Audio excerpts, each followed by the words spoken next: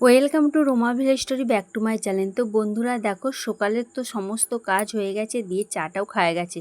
আর সকালে চা তো খেতেই হবে, চা না খেলে যেন কোনো কাজে মন পড়েনি।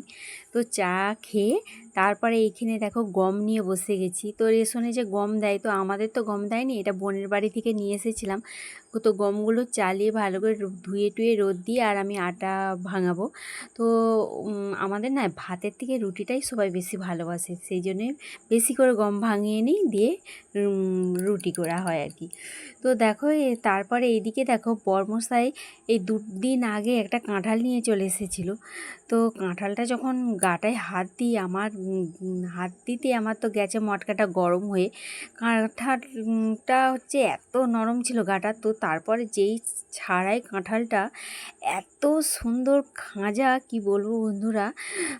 আর যেমন মিষ্টি আর তেমন খাঁজা কাঁঠালটা, কি ভালো লাগছে। তো আমার তো মানে কাঁঠালের সিজন এলেই তো আমার ফেভারিট কাঁঠাল। তো আমার বর তো দুবার তিনবার ধরে কাঁঠাল আনতেই থাকে, খুব ভালো লাগে। তো ছাড়াতে ছাড়াতে আমি আর আমার ছোটো ছেলে তো বলতে গেলে হাফ খেয়েই নিলাম, তারপর আবার দেখো বাটি নিয়ে বসে গেছি। এত ভালো লাগছে কাঁঠালটা, তো খুব সুন্দর মিষ্টি লাগছে, যেমন মিষ্টি তেমন খাজা, খুব দারুণ। আর এদিকে হচ্ছে দেখো, তারপরে হচ্ছে রান্না বান্না করে বিকালে হচ্ছে একটু বেরিয়ে পড়েছি জানো। তো কোথায় যাচ্ছি চলো, তোমরাও চলো।